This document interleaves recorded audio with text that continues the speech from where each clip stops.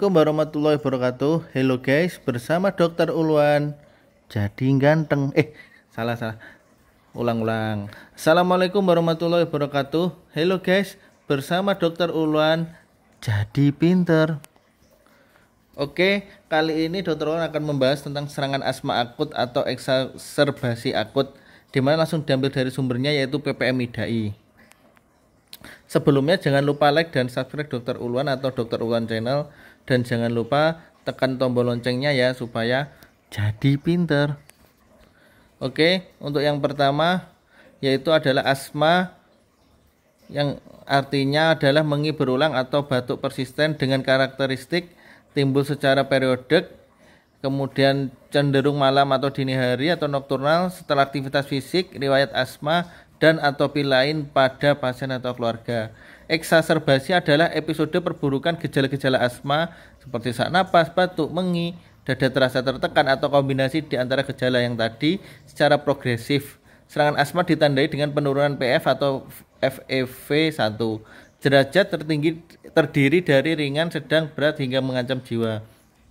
Anamnesisnya, yang pertama mengi atau mengi berulang, sering terganggu batuk pada malam hari, mengi atau batuk setelah berolahraga, gejala mengi, dada terasa berat, batuk setelah terpajan, alergen atau polutan, pilek yang membutuhkan lebih dari 10 hari untuk sembuh, gejala klinis membaik setelah pemberian anti asma, dan riwayat asma atau atopi lain pada pasien atau keluarga.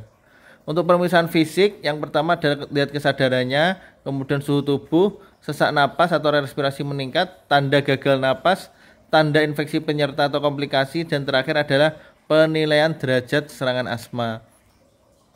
Untuk pemeriksaan penunjang, yang pertama dilakukan pemeriksaan fungsi paru, bisa peak flow meter atau spirometer, kemudian jangan lupa analisis gas darah pada asma karena bisa terjadi asidosis respiratorik atau metabolik, kemudian darah lengkap dan serum elektrolit, kemudian fototorak. Nah, untuk fototorak pada asma itu tampak hiperareasi, bisa juga ada komplikasi berupa atelektasis, pneumotorak, dan pneumomediastinum. Untuk tata laksananya, untuk asma ringan, jika sekali nebulisasi pasien ada respon baik, berarti asmanya ringan. Diobservasi 1-2 jam, jika bertahan maka bisa pulang. Kemudian pasien dibekali obat B agonis diberikan tiap 4-6 jam. Jika pencetusnya virus, ditambahkan steroid jangka pendek 3-5 hari, kemudian kontrol ke klinik 24-48 jam untuk evaluasi ulang tata laksana. Kemudian jika diobservasi 2 jam gejala timbul lagi, maka dimasukkan ke kategori asma sedang.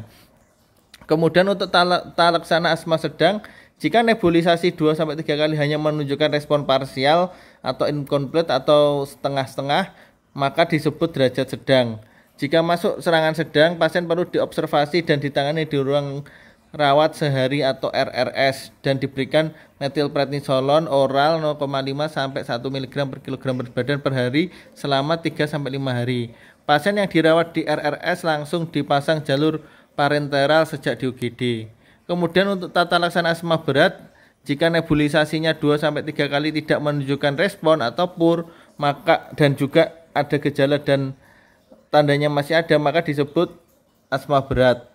Oksigen 2-4 liter per menit diberikan awal saat nebulisasi, dipasang jalur parenteral dan fototorak. Jika ada tanda ancaman henti napas, langsung dibawa ke ruang intensif. Fototorak langsung dibuat untuk mendeteksi komplikasi pneumotorak atau pneumomediastinum. Jika ada dehidrasi dan asidosis, berikan cairan intravena dan koreksi asidosis. Steroid intravena bolus 6-8 jam dengan dosis 0,5-1 mg per kilogram berat badan per hari. Kemudian nebulasi B agonis plus antikolinergik dengan oksigen dilanjutkan tiap 1-2 jam. Jika 4-6 kali sudah ada perbaikan, maka diperlebar tiap 4-6 jam.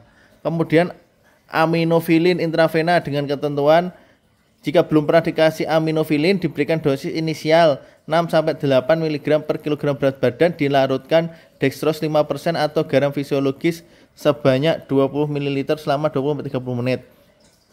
Jika sudah atau 4 jam sebelumnya dikasih, dosis hanya setengah dari dosis inisial. Kadar diukur dan dipertahankan 10-20 mikrogram per mililiter.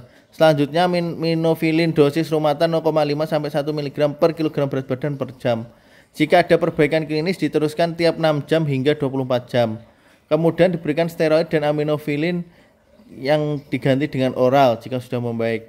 Jika stabil selama 24 jam boleh pulang dengan bekal obat B agonis bisa hirupan atau oral tiap 4-6 jam selama 24 jam.